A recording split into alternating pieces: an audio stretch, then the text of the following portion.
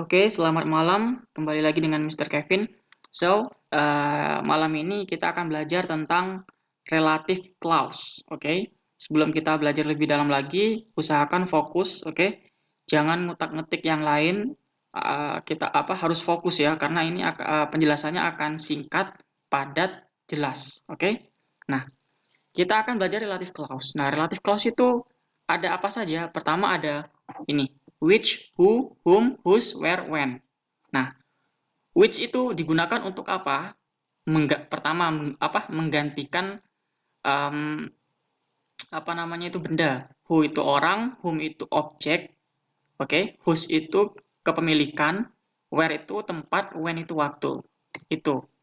Nah, kalau di bukumu itu kan gini, apa namanya, memberikan ekstra informasi, memberikan informasi tambahan.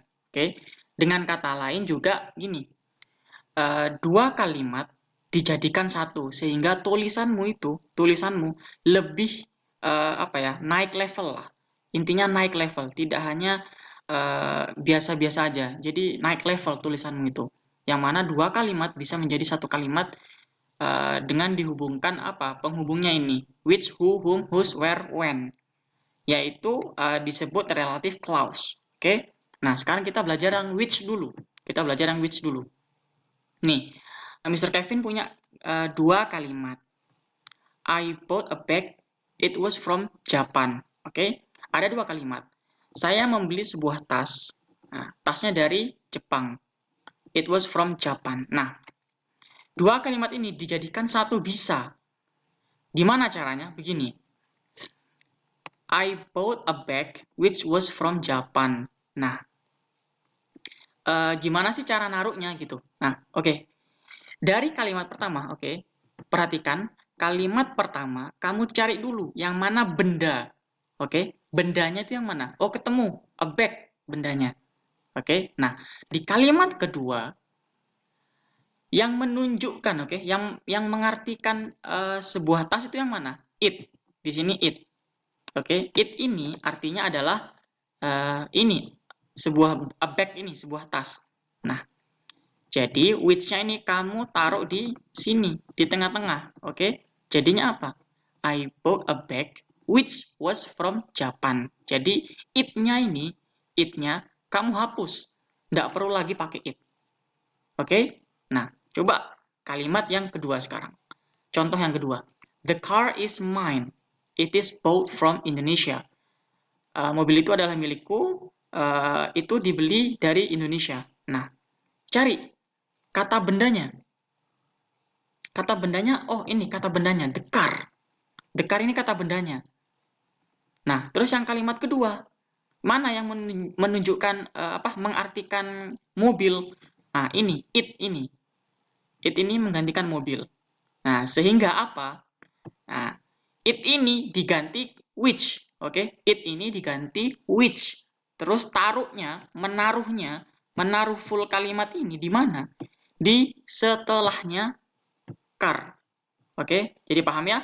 Jadi selalu relative clause which atau who, whom atau whose itu di sebelah kirinya mengartikan apa yang ingin diartikan. Maksudnya apa gini? Which itu kan mengartikan benda. Oke, berarti sebelah kirinya wajib benda. Paham? So, sebelah kirinya adalah car, berarti apa? Mobil. The car which is bought from Indonesia is mine. Oke, jadi kalimat pertama ini, the car is mine ini jangan hapus. Yang dihapus adalah ini, kalimat kedua, it-nya ini dihapus. Jadi diganti dengan which. Paham? The car which is bought from Indonesia is mine. Oke? Nah, ini ada dua soal. Nah, kamu kerjakan, kamu rubah jadi satu kalimat, nanti kamu kirim ke kirim ke Pak Budi. Nah, nanti Pak Budi kirim ke saya, nanti saya koreksi secara langsung. Oke? Karena malam ini Mr. Kevin nggak bisa tatap muka kan ada rapat di luar. Nah, contoh kedua, masuk ke yang who. Kita sekarang belajar relative clause who. Oke, who ini untuk apa? Who ini untuk manusia. Oke, untuk subjek, paham? Untuk subjek, subjek tempatnya di mana? Di depan, bukan di belakang. Kalau di belakang objek. Nah, who ini sekali lagi, who ini mengartikan apa? Subjek yang ditaruh di depan. Oke, kita lihat kalimat pertama. My friends are so friendly. Kalimat kedua, they send me a lot of money. Nah, di kalimat pertama, kamu lihat, yang mana yang subjek? Tentunya yang my friends. Di kalimat kedua, yang mana yang subjek? They. Oke? Nah, kita harus mengganti kalimat yang kedua. Paham? Yang diganti kalimat kedua. Jangan nggak fokus, tiba-tiba yang diganti kalimat pertama. Oke? Yang kalimat kedua yang diganti. Nah, kita cari. Oh, they ini adalah subjek dan di depan. Oke? Sehingga apa? Ini yang diganti menjadi who. Paham? Nah, tadi Mr. Kevin ngomong kan kalau misalnya relatif apa? Sebelah kirinya relatif clause atau sebelah kirinya who itu selalu apa yang ingin diganti. Apa yang menggambarkan hal itu. Nah, who ini kan menggambarkan subjek. Nah, kalimat pertama subjeknya itu adalah my friends. Sehingga kalimat kedua ini ditaruh di sebelah kanannya my friends. Paham? My friends who. Nah, kenapa kok who? Karena di kalimat kedua itu apa namanya? Ada they-nya. Nah, they-nya ini yang harus diganti menjadi who.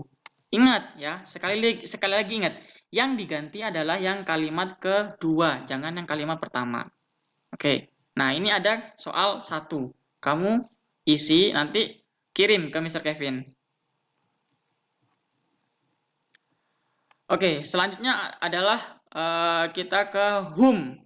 Oke, kita sekarang ke whom. Nah, whom itu mengartikan apa? Mengartikan objek. Sorry, bukan mengartikan, tapi menggantikan objek. Paham? Menggantikan, namanya objek itu apa? Selalu di akhir, bukan tidak terlalu akhir sih, maksudnya ini setelahnya kata kerja. Contoh kalimat pertama, I was invited by the professor. Oke, I met him at the conference. Kalimat pertama, I was invited by the professor. Subjeknya yang mana? Tentunya subjeknya yang I. Nah, objeknya siapa? Objeknya profesornya dong. Itu. Nah, kalimat kedua, I met him at the conference. Subjeknya mana? I. Objeknya yang mana? Him. Him ini yang diganti. Oke? Him ini diganti ke whom. Paham? Nah, karena kamu tahu sudah kalimat pertama objeknya itu profesor, berarti setelahnya profesor itu relative clause. Ingat, Mr. Kevin ingetin lagi. Relative clause itu tempatnya adalah di sebelah kanannya. Gini. Relative clause itu selalu sebelah kirinya. Yang misalnya sebelah relative clause-nya whom itu objek, berarti sebelah kirinya whom harus objek di kalimat pertama. Paham? Nah, di kalimat pertama ini I was invited, objeknya kan profesor. Nah, berarti sebelah kanannya harus relative clause. Nah, jadi taruhlah di sini relative clause-nya. Whom I met at the conference. Jadi, him-nya udah hilang. Oke? Nah, contoh kedua. They eat potatoes with our friends. Oke? Nah, Mr. Kevin pengen ngasih ekstra informasi ke our friends. Our friends yang mana gitu loh. Kita lihat di kalimat kedua. Carlo talks with them. Oke, just now. Them ini apa? Objek. Them ini adalah objek. Berarti them ini nanti yang diganti. Diganti oleh whom. Nah, jadi gimana? They eat potatoes with our friends. Nah, yang mau yang mau diberi ekstra tambahan ini our friends, berarti selanjutnya atau setelahnya benda atau orang yang ingin diberi informasi tambahan itu wajib relative clause. Jadi apa? Our friends with whom Carlo talks just now. Di kalimat Carlo talks just now ada nggak them? Nggak ada them karena sudah diganti with whom. Nah, with-nya kalau ada with ini wajib masukin with whom. Nah, sekarang ada soal 1 sampai 2, kamu kerjakan. Lanjut kepada whose. Nah, whose ini adalah relative clause yang menggantikan apa? Kepemilikan. Seperti contoh his, her, atau theirs. Their. Oke, atau my, ya kan? Itu mengartikan kepemilikan.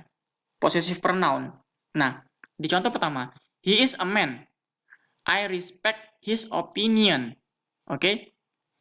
Nah, di kalimat pertama, Mr. Kevin pengen ngasih informasi tambahan ke man-nya ini. Oke?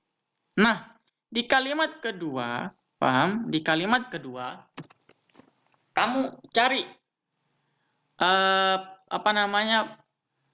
posesif atau kepemilikannya yang mana? Nah, his ini loh. Ada lambang his. Bukan lambang, tapi ada kata his. Ingat, kepemilikan itu his, her, my, dan sebagainya. Oke? Nah, jadi ini yang diganti. Ini diganti apa? Diganti whose. Karena kita lagi bahas whose. Jadi,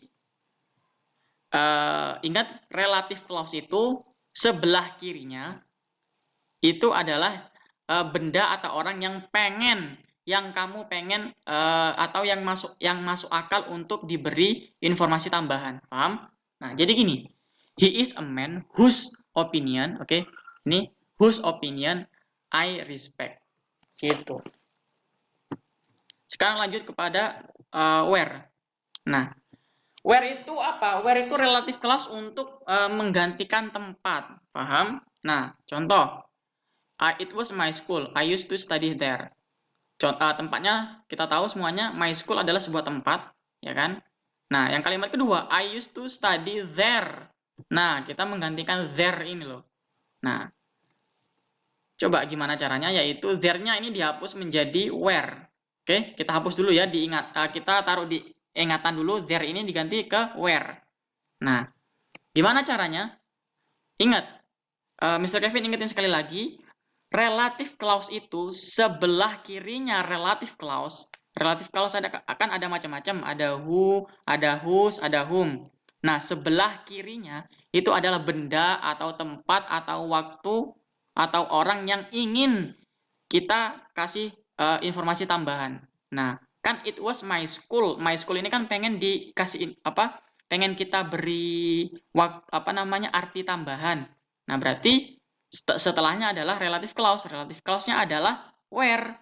Jadi it was my school where I used to study. Sorry, bukan there. There-nya sudah hilang. Seperti ini. Oke? Nah, ini ada satu soal. Kamu kerjakan. Nah, sekarang ke when. Oke? When.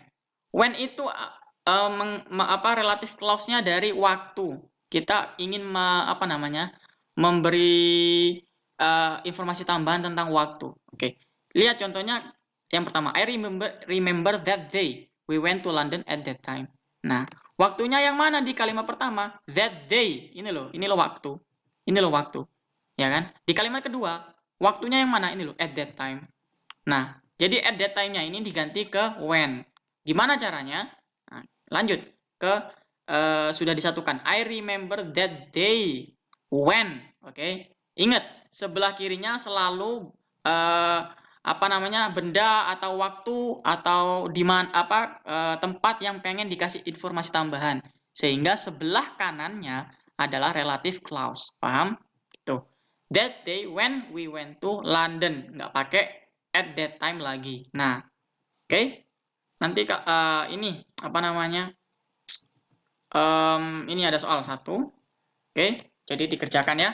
Nanti langsung kirim ke WhatsApp. Oke, sekian. Kalau